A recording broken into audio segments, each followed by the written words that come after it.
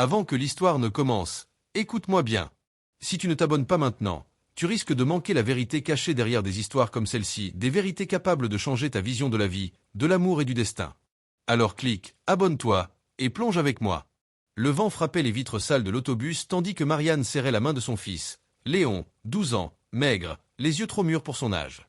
Ce matin-là, il quittait enfin la petite chambre humide qu'il louait depuis des années, comme deux ombres fuyant un passé qui ne voulait jamais mourir. Elle n'avait jamais parlé de son mari, le père disparu, sinon par un silence douloureux qui écrasait tout.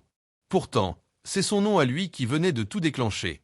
Un notaire lui avait annoncé qu'elle héritait d'un terrain oublié, perdu au milieu d'une vallée française abandonnée, quelque part entre les montagnes et une rivière froide que plus personne ne visitait. Un terrain qui appartenait autrefois à la famille de son mari. Elle n'avait jamais su que cette propriété existait, et encore moins pourquoi elle lui revenait soudainement, après tant d'années de silence.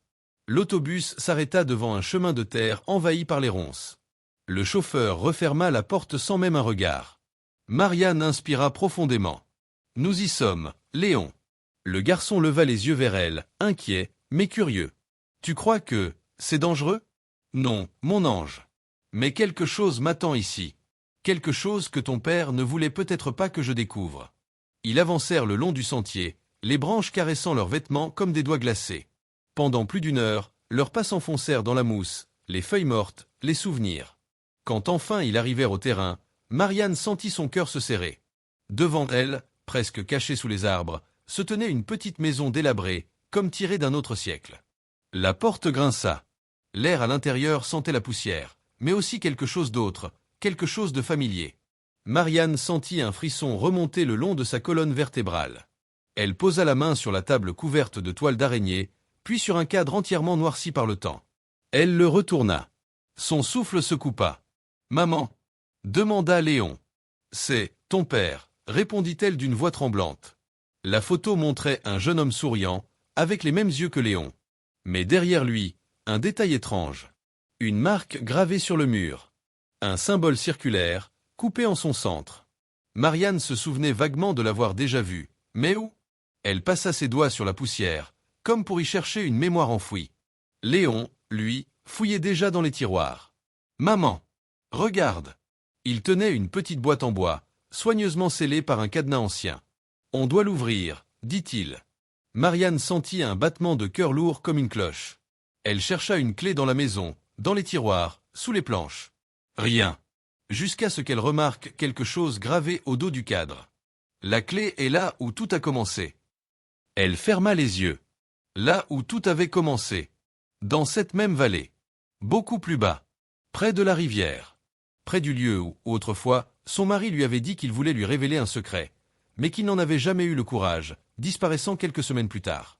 Ils descendirent jusqu'à la rivière. Le bruit de l'eau résonnait comme un murmure ancien. Sous un rocher, Marianne sentit un objet froid. Une petite clé. Exactement de la bonne taille. De retour dans la cabane, elle ouvrit la boîte. Léon se pencha vers elle. Un silence total les enveloppa. À l'intérieur se trouvait un carnet. Couvert d'écritures serrées. Le journal du père. Elle lut les premières lignes. Et son monde s'effondra. Si tu lis ces mots, Marianne, c'est que je ne suis plus là. Tu dois comprendre ce que j'ai tenté de fuir. Notre famille garde un secret depuis plus de 100 ans. Un secret qui détruit chacun d'entre nous. À moins d'être enfin révélé. Marianne se mit à trembler.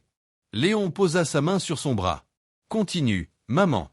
Le journal décrivait un groupe ancien, une fraternité secrète qui utilisait ce terrain comme refuge pour protéger quelque chose de précieux ou de dangereux. Le symbole circulaire, c'était leur marque. Et le père de Léon en avait été le dernier gardien malgré lui. Il avait voulu rompre avec cet héritage, mais quelque chose ou quelqu'un l'en avait empêché. Plus loin dans le carnet, les mots devenaient plus sombres, écrits à la hâte. J'ai découvert ce qu'il cachait sous la maison.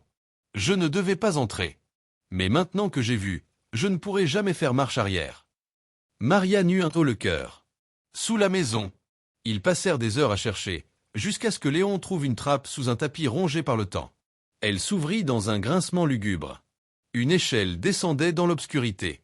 L'air qui en remontait semblait vieux, trop vieux. « Je descends d'abord, » dit Marianne. « Non, » protesta Léon, mais elle posa un doigt sur ses lèvres.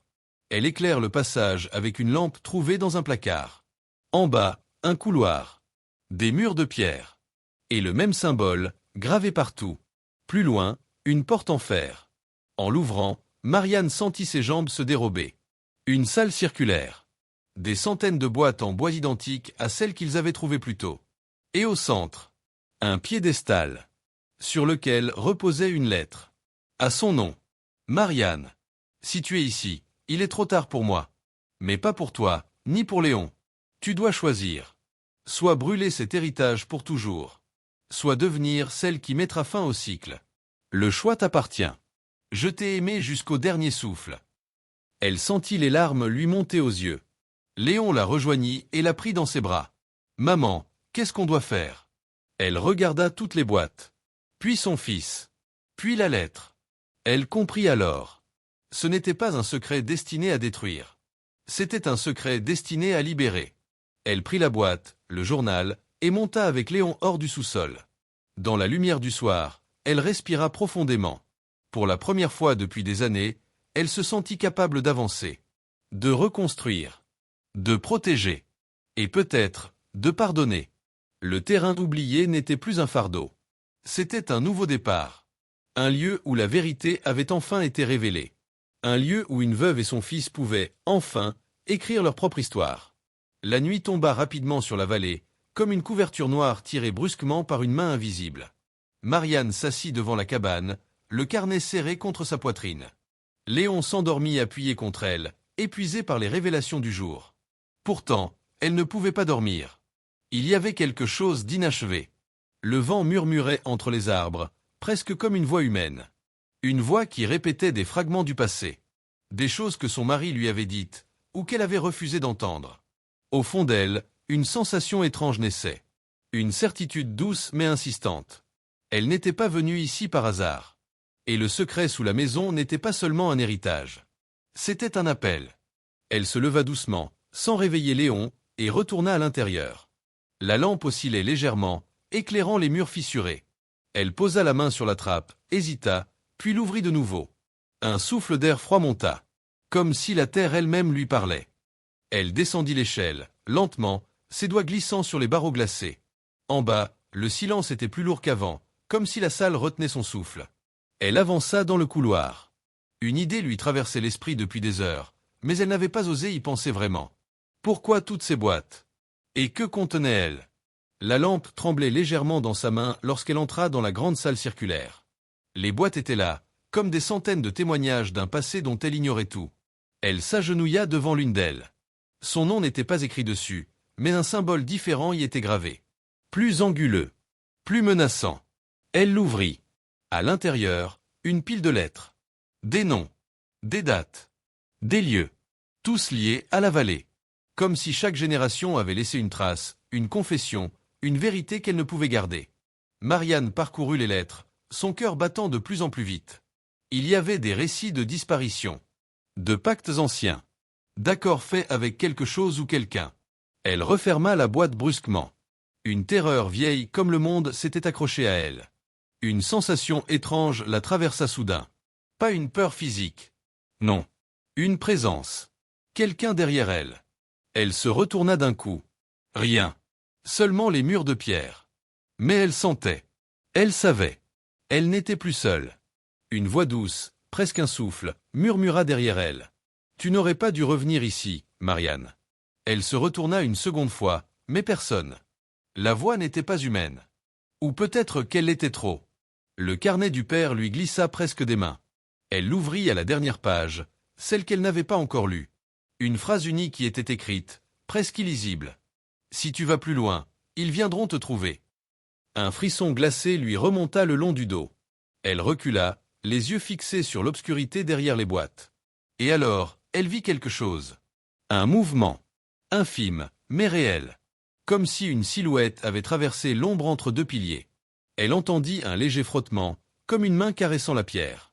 Son souffle se coupa. « Maman !» La voix de Léon résonna dans le couloir. Il descendait l'échelle, les yeux encore pleins de sommeil. « Pourquoi t'es descendu ? Je t'ai cherché. » Marianne courut vers lui et le serra contre elle. Elle ne voulait pas qu'il voie, qu'il entende, qu'il ressente. « On remonte tout de suite. » Mais lorsqu'elle leva les yeux vers l'échelle, elle sentit son sang se glacer. La trappe au-dessus d'eux venait de se refermer lentement, dans un grincement étouffé. Toute seule. Sans courant d'air. Sans cause visible. La salle entière vibra légèrement, comme si les murs respiraient. « Maman, j'ai peur. »« Ne t'inquiète pas, mon cœur. On va sortir. » Mais elle n'en croyait pas un mot. Elle regarda autour d'elle. Les boîtes semblaient s'être rapprochées, comme si la salle rétrécissait. Comme si le secret qu'elle avait découvert refusait de la laisser partir. Une seconde voix monta des murs. Plus grave. Plus ancienne. « Tu as vu ce que tu ne devais pas voir. » Marianne prit la main de Léon et recula jusqu'au couloir, haletante. La lampe clignota. Puis s'éteignit. Dans le noir complet, un troisième souffle apparut. Plus proche. Beaucoup plus proche. Juste derrière eux. La présence avança. Un pas. Puis un autre. Léon serra sa mère. Une chaleur glacée effleura la nuque de Marianne. « Maman, c'est quoi ? Ne te retourne pas. » Mais elle savait que ce moment allait tout changer. Qu'elle venait de réveiller quelque chose que son mari avait passé sa vie à tenter d'oublier. Quelque chose que toutes les générations précédentes avaient cherché à enfermer. Au loin, un objet tomba, brisant une sérénité fragile. Un bruit lourd. Profond. Sourd. Puis, une voix encore plus ancienne, presque inhumaine, prononça son nom. Marianne. La terre vibra sous leurs pieds. Et là, dans la nuit du sous-sol, dans ce silence chargé de siècles, un secret enfoui depuis bien trop longtemps s'apprêtait à se réveiller. Le nom de Marianne résonna encore dans l'obscurité, mais cette fois, ce n'était pas un simple murmure. C'était une voix qui semblait venir de tous les murs à la fois, profonde, vibrante, impossible à fuir. Elle sentit la main de Léon trembler dans la sienne. « Maman, pourquoi il connaît ton nom ?» Marianne ouvrit la bouche, mais aucun son n'en sortit. Son esprit cherchait désespérément une explication rationnelle, mais rien de ce qui se trouvait dans ces murs n'appartenait au monde qu'elle connaissait. Le sol vibra à nouveau, comme si quelque chose très vieux, très lourd, se déplaçait sous les pierres. La lampe qu'elle tenait s'alluma brusquement, d'elle-même. La lumière, instable, dévoila le couloir sur quelques mètres. Et ce qu'elle y vit fit battre son cœur si fort qu'elle crut s'évanouir. Une silhouette, indistincte, comme un corps sans contour, formé d'ombre et peut-être de poussière. Elle ne marchait pas. Elle glissait. Elle avançait vers eux avec lenteur, comme si elle n'avait aucune notion du temps. « Ne bouge pas », dit Marianne d'une voix étranglée. Léon hocha la tête, les larmes déjà aux yeux. La silhouette s'arrêta soudain à quelques pas d'eux. Et tout devint silencieux. Si silencieux que Marianne pouvait entendre son propre sang dans ses oreilles. La voix retentit encore. « Marianne, tu n'aurais pas dû ouvrir la boîte. » Les mots glissèrent sur les murs comme un souffle d'hiver. « Je ne voulais pas. » répondit-elle en serrant Léon, incapable de réfléchir. Tu as réveillé ce que ton mari a tenté de protéger, et ce que les autres ont tenté d'enfermer.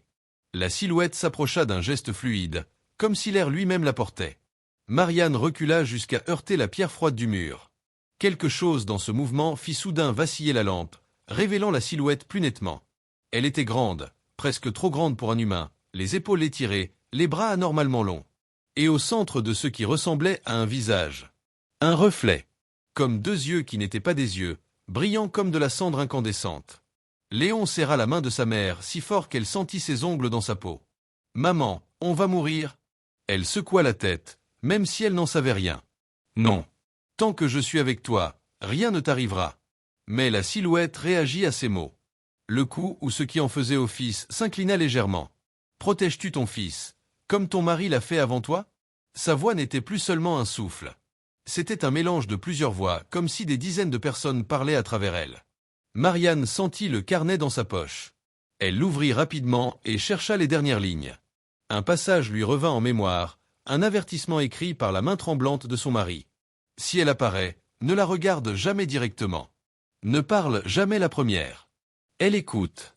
Elle juge. Et elle attend. Trop tard. Marianne l'avait déjà regardé. Et elle avait déjà parlé. Léon aussi. La silhouette s'avança d'un pas brusque. Un mouvement si rapide qu'un courant d'air traversa tout le couloir. La lampe s'éteignit. Cette fois, pour de bon. L'obscurité devint totale. Un noir épais, presque tangible. Léon hurla, mais sa voix fut étouffée par une force invisible qui sembla se refermer autour d'eux. Puis une main glacée, ou quelque chose qui ressemblait à une main, toucha la joue de Marianne. Elle sursauta violemment, mais une voix lui souffla. « Tu ne peux pas fuir ton héritage. » Elle sentit un frisson remonter du bas de sa colonne vertébrale jusqu'à son crâne. Un bruit métallique retentit alors derrière eux. Un clac. La trappe. Quelqu'un ou quelque chose venait de l'ouvrir. La silhouette recula, lentement, comme aspirée vers les profondeurs de la salle circulaire. Et tandis qu'elle se retirait, elle murmura une dernière phrase. « Le choix approche, Marianne. La lumière reviendra, mais elle ne te protégera plus. » La lampe se ralluma d'un coup, illuminant le couloir vide. La silhouette avait disparu. Marianne prit Léon dans ses bras, le souleva presque, et courut vers l'échelle. Ils sortirent du sous-sol en trébuchant, le souffle court, le cœur battant comme un tambour.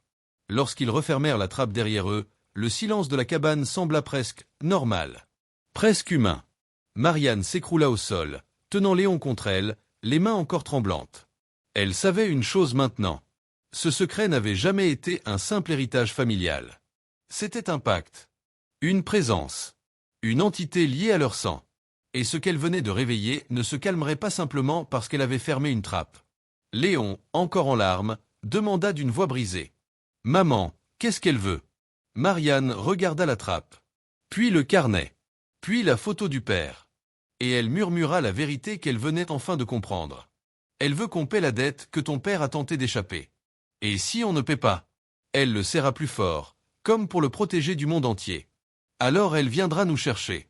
Et cette fois, elle ne partira pas. » Marianne resta longtemps immobile, assise contre le mur de la cabane, Léon toujours accroché à elle.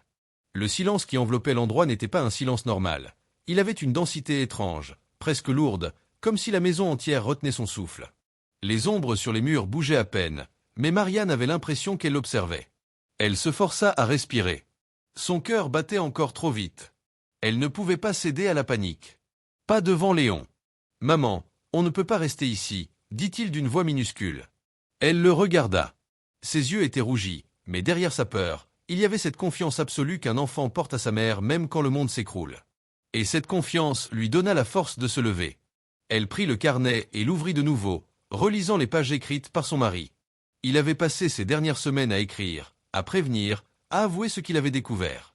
À chaque ligne, elle sentait sa solitude, son désespoir, son combat contre quelque chose qu'elle n'avait jamais su voir. Une phrase, cette fois, la frappa comme un coup de couteau. L'entité ne supporte pas la lumière du matin. C'est la seule période où elle ne peut ni parler ni se manifester. C'est la seule fenêtre où tu peux décider. Décider quoi? Il n'avait jamais fini la phrase. L'encre s'arrêtait brutalement, comme si on lui avait arraché le carnet des mains. Marianne se leva. On doit attendre l'aube ici. Après, on verra. Léon hocha la tête, même s'il n'en comprenait pas la moitié. Il avait seulement besoin de savoir qu'elle avait un plan. Elle chercha des couvertures, des objets qui pouvaient servir d'armes, même si elle savait qu'aucune arme ne serait utile contre ce qu'ils avaient vu. Mais une arme donnait l'illusion d'un contrôle. Et l'illusion valait mieux que rien. Soudain, un bruit sec retentit dehors. Un craquement de branches. Puis un deuxième. Plus proche. Marianne sentit son ventre se nouer. Elle souffla. Ce n'est pas possible. Il n'est pas encore l'aube. Elle prit Léon et l'éloigna de la porte. Le craquement reprit, lent, méthodique. Pas un animal. Pas un humain normal non plus. Un pas qui semblait glisser, traîner quelque chose derrière lui. La poignée de la porte vibra. Léon poussa un petit cri étouffé et Marianne posa sa main sur sa bouche. « Ne fais pas de bruit. Ne bouge pas. » La porte vibra une seconde fois. Puis, silence. Un silence pire que tout. Un silence qui donnait l'impression qu'on collait l'oreille contre le bois.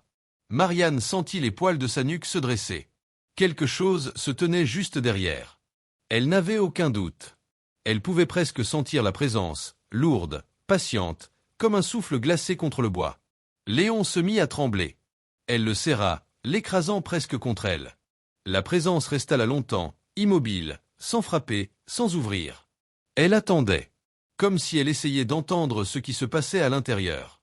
Marianne pensa au carnet, à la fenêtre du matin, à la décision à prendre, à la dette, à la silhouette, à son mari qui avait souffert seul, silencieux, sans jamais l'impliquer. Elle murmura presque sans s'en rendre compte. « Qu'est-ce que tu veux de nous ?» Et la voix répondit. « Non pas dehors. Mais derrière elle. Dans la maison. À l'intérieur. Je veux ce que votre sang doit depuis 3 générations. Marianne se retourna d'un coup, serrant Léon comme si elle pouvait l'arracher au monde entier. Mais il n'y avait personne. Rien. Seulement la pièce vide, éclairée par la lampe vacillante. La voix poursuivit, douce, presque triste. Vous ne pouvez pas fuir. Pas cette nuit. Marianne sentit sa gorge se serrer. Elle regarda vers la trappe du sous-sol. Un souffle d'air en sortait. Comme si elle respirait. Léon pleurait en silence. Elle sécha ses larmes du pouce, son propre visage tremblant autant que celui de son fils.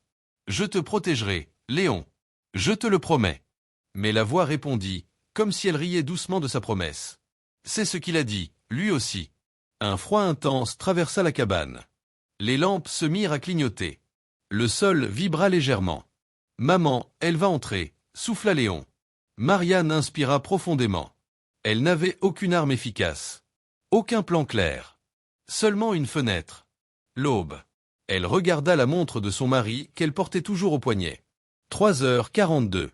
Il restait de longues heures encore. Elle prit une décision. On va se cacher. Pas ici. Pas près de la porte.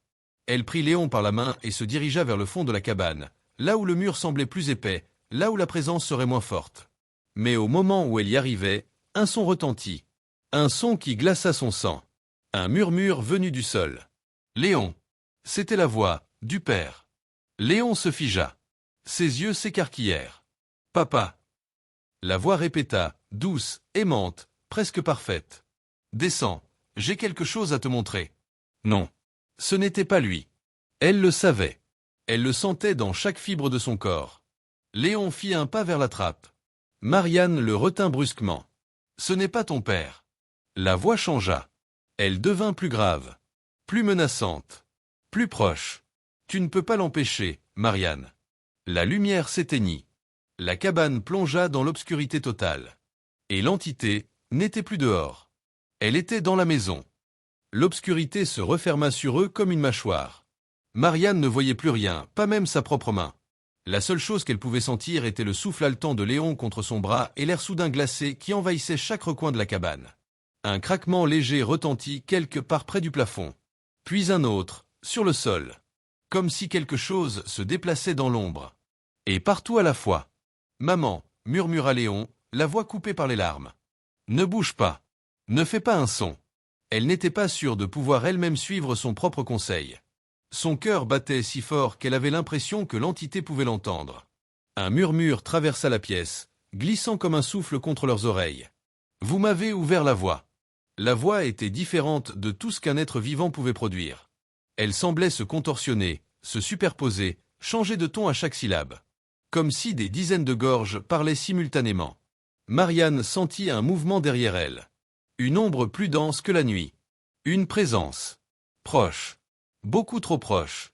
Elle tira Léon contre elle, glissant jusqu'au rebord du mur, cherchant un endroit où se cacher. Mais la cabane semblait soudain minuscule, chaque angle menaçant, chaque fissure respirant l'air d'un autre monde. « Laissez-moi partir », souffla-elle malgré elle. Sa voix tremblait. Elle n'avait jamais eu aussi peur de sa vie. L'entité répondit immédiatement, comme si elle avait attendu cette question. « Cela n'a jamais concerné ton départ. » Une pause. Puis. « Mais le sien. » Marianne sentit ses entrailles se nouer. Elle agrippa Léon plus fort. « Non. Vous ne le toucherez pas. » L'air vibra soudain, comme si un souffle puissant traversait la pièce d'un seul coup. Une force invisible balaya la table, les objets, les chaises, les projetant contre les murs. Marianne sentit la vague de vent passer juste au-dessus de leur tête. Elle se plaqua au sol et murmura à Léon. « Reste contre moi. Reste ici. Quoi qu'il arrive. » Un cliquetis métallique résonna. La poignée de la trappe du sous-sol se mit à tourner toute seule. Lentement. Très lentement. Comme une invitation. « Descends, Léon », murmura encore une fois la voix du père. Cette fois, elle était parfaite. Absolument identique. Le ton, le souffle, la chaleur. Comme s'il se tenait juste là, dans l'ombre. Le petit garçon trembla. « C'est papa. » « Non. Ce n'est pas lui. C'est ce qu'elle veut que tu crois. » Mais Léon était un enfant. La voix de son père, c'était la seule chose qu'il aurait tout donné pour entendre à nouveau. Il fit un pas. Un seul. Un mouvement instinctif, guidé par l'espoir et la douleur. Marianne le retint violemment. « Léon, regarde-moi. Regarde-moi dans les yeux. » Elle posa ses mains sur son visage. « Ton père n'aurait jamais voulu que tu descendes là-dessous. Jamais. Alors pourquoi il m'appelle? Parce que ce n'est pas lui, mon amour. C'est elle. Elle t'utilise. » Une seconde de silence. Puis un rire. Un rire bas, déformé, impossible à situer. Un rire qui semblait sortir des murs eux-mêmes. « Il t'a menti, Marianne. » La terreur la paralysa. « Quoi? » ?»« Il t'a menti sur tout. Sur la dette. Sur la raison de son retour ici. » Une voix plus douce reprit. « Sur qui devait payer. » La lampe, posée au sol et que Marianne avait oubliée dans la panique, se ralluma soudain toute seule. Un flash blafard éclata dans la pièce. Et dans ce flash, juste le temps d'une fraction de seconde, Marianne vit une silhouette se dresser derrière Léon. Grande, allongée, ses bras effleurant presque le sol. Son visage, non, ce n'était pas un visage. C'était une masse d'ombre mouvante, dont deux éclats brûlants, rougeoiement de braise, formaient des yeux. Des yeux fixés sur son fils. Marianne hurla et le tira dans ses bras. Elle recula si vite qu'elle heurta le mur. Le flash de lumière s'éteignit aussitôt. Ils replongèrent dans le noir. Léon sanglotait. « Maman, pourquoi elle me regarde comme ça? »« Parce qu'elle te veut. »« Pourquoi? »« Parce que... » Elle ne parvint pas à terminer sa phrase. La voix parla pour elle. « Parce que le sacrifice devait être lui. Pas ton mari. » Le silence qui suivit fut pire que tout. Marianne sentit son cœur se briser. Son mari. Il n'était pas mort par accident. Il n'était pas parti. Il n'avait pas fui. Il avait tenté d'échanger son propre destin contre celui de leur fils. Et avait échoué. Un souffle chaud et putride passa près de son oreille. Et ce qui est dû, finit toujours par être pris. La trappe s'ouvrit brusquement d'un coup sec. Une lumière rougeâtre monta du sous-sol. Comme une braise vivante. Et dans cette lumière, une silhouette humaine apparut. La silhouette d'un homme. Lentement, elle grimpa la première marche. Marianne sentit ses jambes lâcher. Non. Non, ce n'était pas possible. L'homme leva la tête. Et dans la pénombre rouge, elle vit son visage. Le visage de son mari. Exact. Parfait. Sauf les yeux. Ses yeux n'avaient pas de pupilles. Seulement une lueur rouge, profonde, affamée. « Marianne, dit-il, d'une voix douce et brisée. Il est temps que tu me donnes ce que je n'ai pas pu offrir. » Marianne serra Léon contre elle, prête à tout sacrifier. Mais l'entité, sous n'importe quelle forme, continuait à monter lentement les escaliers. Un pas après l'autre. Et l'aube était encore très, très loin. Le vent se leva soudain, parcourant le terrain comme un frisson vivant. Marie sentit les poils de ses bras se hérisser, sans comprendre pourquoi. Julien, lui, tenait encore la petite boîte qu'ils avaient trouvée plus tôt, celle qui semblait presque vibrer entre ses doigts. Lorsqu'il leva les yeux vers sa mère, elle remarqua une expression étrange, un mélange de peur et de fascination brute. « Maman, tu as entendu » demanda-t-il d'une voix tremblante. Marie ouvrit la bouche pour répondre, mais avant qu'un seul son ne puisse s'en échapper, le sol sous leurs pieds vibra légèrement. Une pulsation, comme un battement de cœur étouffé dans la terre. Julien fit un pas en arrière, mais Marie attrapa sa main, l'attirant contre elle. « Ça doit être le vent » chuchota-t-elle, même si elle n'y croyait pas vraiment. Un craquement sec résonna derrière eux. Ils se retournèrent d'un bond. À l'entrée du petit cabanon délabré, l'ombre d'un homme se dessina. Pas un inconnu. Pas un vivant. Marie sentit son souffle se couper. Le visage, même flou, même spectral, même tronqué par la lumière du crépuscule, elle l'aurait reconnu entre mille. L'homme fit un pas vers eux, sa silhouette oscillant comme un mirage. Julien serra la main de sa mère et murmura « Maman, c'est impossible !» Mais le mot resta suspendu dans l'air. L'apparition leva la main, silencieuse, presque implorante. Marie, tétanisée, sentit les larmes lui monter aux yeux. « Tu vois ce que je vois ?» demanda-t-elle d'une voix étranglée à son propre fils. Il hocha la tête, trop effrayé pour parler. L'homme avança encore d'un pas. Le sol vibra sous l'impact, comme si la terre elle-même reconnaissait sa présence. Marie, malgré la peur, sentit une force l'attirer vers lui. Une certitude. Une douleur. Un amour mutilé par le destin. « Papa » souffla Julien avant de plaquer ses mains sur sa bouche. Marie sentit son cœur éclater. Oui, c'était lui. Ou quelque chose qui lui ressemblait comme un reflet brisé. L'apparition pointa du doigt la petite boîte que Julien tenait. Marie baissa les yeux. La boîte vibrait plus fort, comme si elle reconnaissait l'être devant eux. Quand elle la toucha, une chaleur douce se répandit dans sa paume, presque rassurante.